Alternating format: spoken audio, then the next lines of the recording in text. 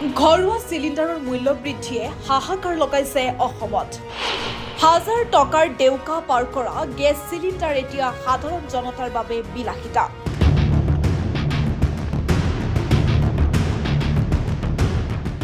পুনৰ জনতাৰ মূৰত মাধমাৰ, এইবাৰ পাকঘৰত লাগিল জুই।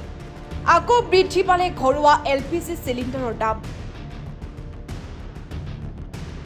নিত্য ব্যৱহাৰ্য সামগ্ৰীৰ আকাশলংঘী মূল্য বৃদ্ধিৰ মাজতে এইবাৰ ৰন্ধন গেছৰ মূল্য বৃদ্ধিয়ে পুঙা কৰি পেলাইছে সমগ্ৰ অসমক। দিশহাৰা হৈ পৰিছে ৰাজ্যৰ মধ্যবিত্ত আৰু নিম্নবিত্ত সমাজ। এপিনে নিয়ন্ত্ৰণহীন মূল্য বৃদ্ধি, আনপিনে ঘৰুৱা চিলিণ্ডাৰৰ বৰ্ধিত দৰ। মধ্যবিত্ত আৰু দৰিদ্ৰ পৰিয়ালবোৰৰ মাহেকীয়া বাজেট এতিয়া সম্পূৰ্ণৰূপে ধূলিসাৎ হৈ পৰিছে। দিন হাজিৰা কৰা মানুহজনৰ পৰা আৰম্ভ কৰি চৰকাৰী চাকৰিয়ালজনলৈকে সকলোৱে এতিয়া মূৰে কপালে হাত দিবলগীয়া হৈছে। মূল্য বৃদ্ধি ৰোধ কৰাত সম্পূৰ্ণ ব্যৰ্থ যোগান বিভাগ। উন্নয়নৰ শ্লোগান দিয়া চৰকাৰে কেতিয়া বুজিব জনতাৰ প্ৰাণৰ স্পন্দন? মূল্য বৃদ্ধিৰ জুয়ে কেতিয়ালৈ দহিব অসমত?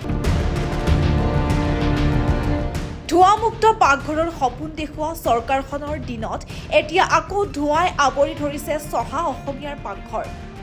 এতিয়া প্ৰশ্ন হয়, চৰকাৰে সঁচাকৈ এই মূল্য বৃদ্ধি ৰোধ কৰিবলৈ কিবা পদক্ষেপ গ্ৰহণ কৰিবনে?